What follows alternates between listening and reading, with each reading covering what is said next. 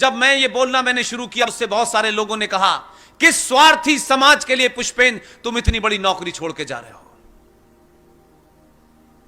यह समाज सोता चाहता है, यह इतने तेरे मेरे में व्यस्त है कि इसको मतलब ही नहीं है। यह हजारों वर्गों में बटा हुआ है। मैंने कहा ना मैं किसी को जगाने की मुझ में हिम्मत है, ना मैं जगाने जा रहा, लेकिन जाने से पहले अपने दामन पे मेरे कोई दाग ना लगे और यह रहे कि मैं चला जाऊं तो यह समाज यह ना कहे कि जो बात इस आदमी को पता थी किसी लालच के कारण इसने नहीं बताई। हेलो दोस्तों, दुनिया के जानकारों का, जो धर्मों का अध्ययन करते हैं, उनका कहना है कि अब दुनिया को अगर सिर्फ उम्मीद है तो सिर्फ सनातन से, यानी कि हिंदुत्व से है। क्योंकि उनका मानना है कि कोई भी धर्म, कोई भी संप्रदाय इस हिंदू धर्म के साथ शांति से, सहजता से रह सकता है, जैसा कि सदियों सदियों से आप भारत में देखते रहे। लेकिन आज हमारे देश में आजादी के बाद हुए तुरंत बंटवारे के बाद 70 साल ही बीते हैं, लेकिन हमें तमाम तरह के मानसिक और भीड़ तंत्र के आघात झेलने पड़ रहे हैं, जो भाई भाई और भाई जान की बातें करने वाले जानलेवा भाईजानों द्वारा किया जा रहा है।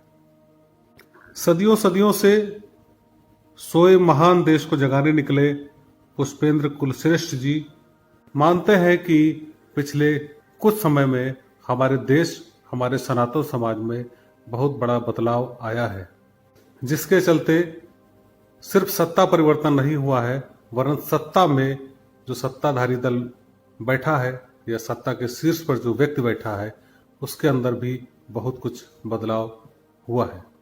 पहली बार ऐसा व्यक्ति सत्ता के शीर्ष पर है जिसकी मानसिकता सनातन को पूर्ण सम्मान और पूर्ण संस्थापना करने वाली है।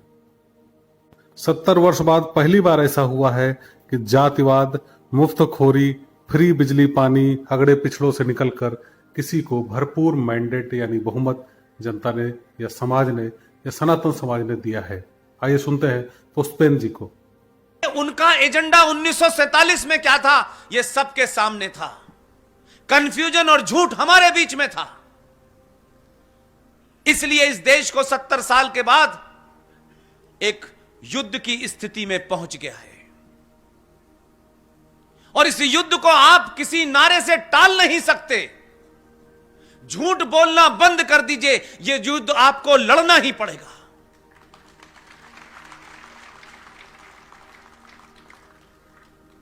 कभी कभी कहते हैं कि आप भले ही युद्ध ना करें, आपकी भले ही ख्वाहिश ना हो कि युद्ध में आप जाएं, लेकिन इस बार युद्ध की ख्वाहिश है कि आप उसमें जाएं। और यह युद्ध हर स्तर पर होगा। यह साइकोलॉजिकल वॉरफेयर है, यह नैरेटिव की लड़ाई है, यह स्लोगन की लड़ाई है, यह नारों की लड़ाई है। इसलिए मैं कम से कम आप लोगों से यह कहना चाहता हूं, सच को सच मानने की हिम्मत जुटाइए, भले ही उसमें हमें तकलीफ हो। अगर सच बात आपको पता चल जाए तो बिना किसी डरे, मैं तो बार बार एक ही बात कहता हूं, मुझे यह आज तक समझ में नहीं आया कि सनातन के लोगों के मन में डर नाम का शब्द आया कब से। जो सत्य सनातन है वो डर ही नहीं सकता। यह बीमारी आपके साथ, कुछ बीमार लोगों के साथ रहने के कारण आ गई है। बीमारी छुपाने से डॉक्टर सही इलाज नहीं कर पाता। आपको डॉक्टर को सही बीमारी बतानी ही होगी, तभी डॉक्टर इलाज करेगा। और जब समाज में पता चल जाएगा कि कोई एक खास किस्म की बीमारी ज्यादा है, तो यह समाज उठ के खड़ा होगा और अपने बीच में से उस बीमारी को सही करने का विशेषज्ञ भी ढूंढ लेगा।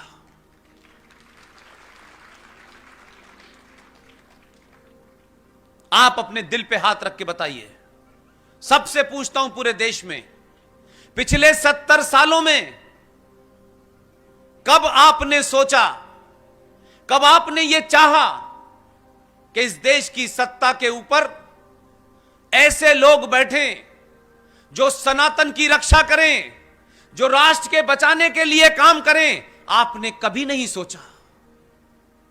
मेरे 4 MP कैसे आ जाएं, मेरी जाति का प्रतिनिधित्व कैसे हो जाए, इनकम टैक्स में कितनी छूट मिल जाए, बिजली का बिल कौन हमें सस्ता कर दे, कौन हमें चीनी सस्ती देगा। सनातन के लोग कहां से चले थे, कहां आ गए। और जब आपने पहली बार आपकी क्या जाति है, आपका क्या इलाका है, आप कौन हैं, ऊंचे हैं, नीचे हैं, पिछड़े हैं, अगड़े हैं, जिस दिन यह सोच के आपने देश में वोट दिया, 2014 पैदा हो गया।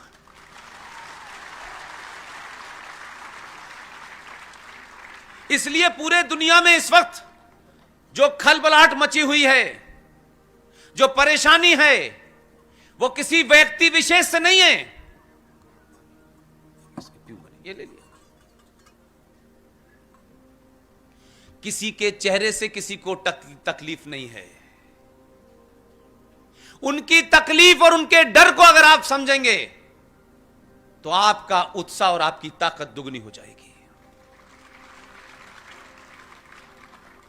वो कितने अंदर से डरे हुए हैं, इसकी एक ही मिसाल आपको दूंगा और आप समझ जाएंगे। सत्ता के परिवर्तन से कोई नहीं डरा हुआ। सत्ताएं तो पहले भी बदली हैं इस देश के अंदर। बड़े बड़े पुरुषार्थी आए हैं इस देश में राजनीति करने। 70 सालों के बाद जो जगह जगह धरना प्रदर्शन कर रहे हैं, उनकी तकलीफ दूसरी है। उनको यह एहसास हो गया है कि जिनको हमने 1000 साल तक अपना गुलाम बना के रखा था, उनको अलग अलग तरीके से बांट दिया था, 1000 साल के बाद सत्ता के बदलने से पहले यह समाज बदल गया है। उन्हें इससे कोई तकलीफ नहीं थी कि सत्ता बदल जाए। सत्ता बदलती रहती थी, लेकिन इस देश में 70 सालों में एक इनविजिबल सत्ता, एक ऐसी पैरेलल सत्ता कायम हो गई थी जो दिखाई नहीं देती थी, जो समय समय पे बाहर निकलती थी। उस सत्ता को चुनौती देने के लिए यह समाज, शेखावटी हो, अहमदाबाद हो, भोपाल हो, नागपुर हो, देश में इसी तरीके की ताकत में लोग बाहर के निकल के आ रहे हैं। इससे उनको घबराहट हो गई है। अब उनका कोई नारा काम नहीं कर रहा, हम तो भाई भाई थे। उनकी समझ में नहीं आ रहा, क्योंकि आपको समझ में आ गया कि भाईजान के साथ संबंध रखने से भाईजान ही आपकी जान ले लेते हैं।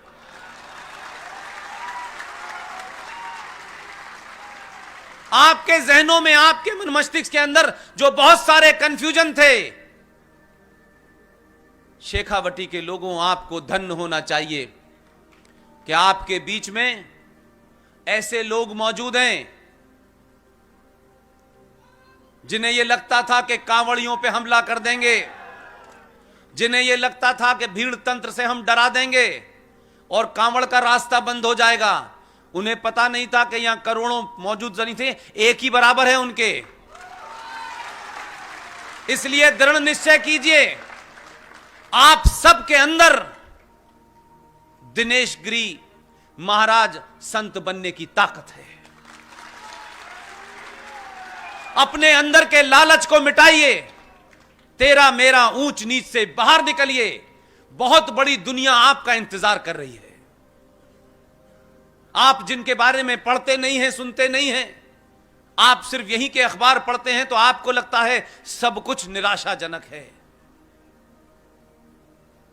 पूरी दुनिया में, पूरे यूरोप के अखबार पढ़िए, खुल्लम खुल्ला वो लोग ये कहते हैं कि अगर पूरी दुनिया में कोई एकमात्र देश है जो इस्लामिक आतंकवाद का खात्मा कर सकता है, उसका नाम है भारत।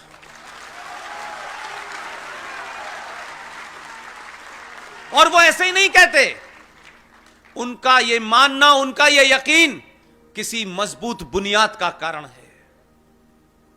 उनकी निगाह में भारत की परिभाषा 1947 से नहीं शुरू होती है।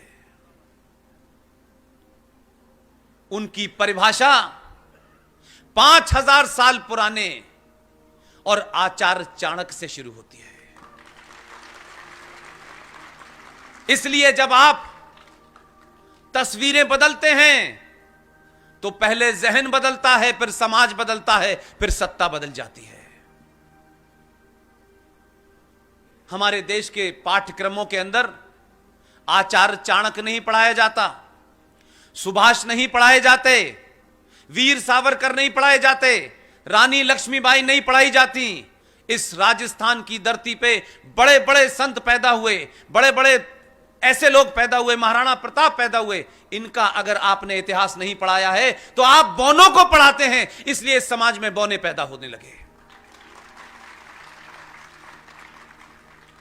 इस समाज में हमारी और बहुत सारे लोगों की सिर्फ इतनी जिम्मेदारी है कि आप सच बात बता दें।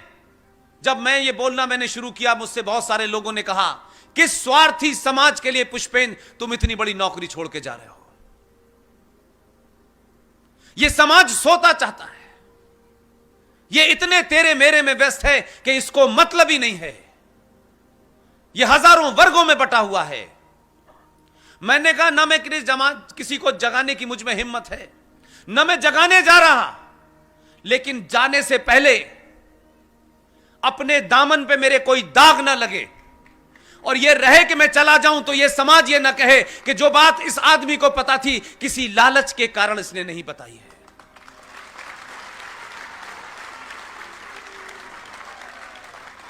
मैं अपना काम करने निकला, मुझे अंदाजा नहीं था।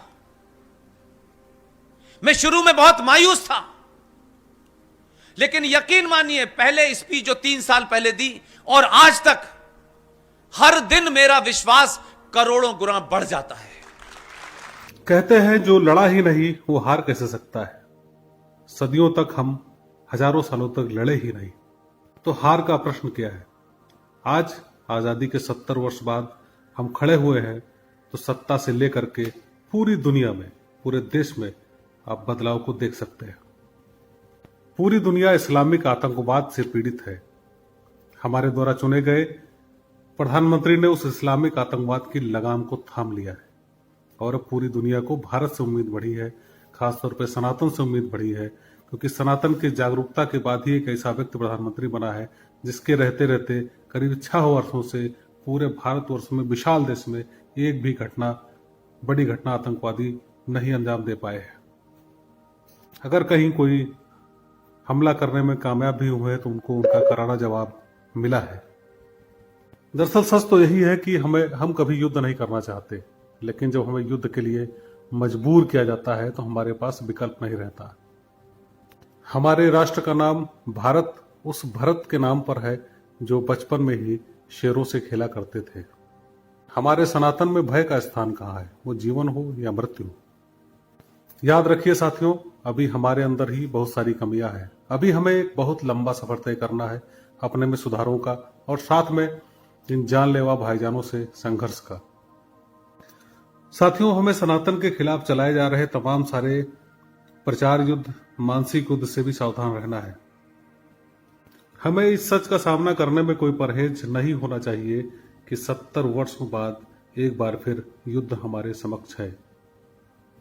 उस हालात को स्वीकार करना हमारी जिम्मेदारी है, और अभी हमें कोई बहुत बड़ी लड़ाई शस्त्र लेकर नहीं लड़नी है। हमें सिर्फ ऐसे लोगों को, ऐसे विचारधारा वाले लोगों को वोट करना है जो हमारी राष्ट्र की संस्कृति की रक्षा के लिए सजग है और वचनबद्ध है। ऐसा कहा जाता है कि शक्तिशाली व्यक्ति ही शांति की स्थापना कर सकता है, कमजोर नहीं। इसलिए हमें संगठित होना पड़ेगा, शक्तिशाली होना पड़ेगा, तभी हम जियो और जीने दो की अवधारणा को साकार कर पाएंगे। दोस्तों, पुष्पेंद्र कुलश्रेष्ठ जी का ये वीडियो आपको पसंद आया है तो आप हमारे चैनल अखंड हिंद को लाइक करें और सब्सक्राइब करें, ताकि आपको आगे भी देशभक्तों और सनातन के प्रखर वक्ताओं के वीडियोज आपको मिलते रहें। तब तक के लिए जय हिंद, जय भारत।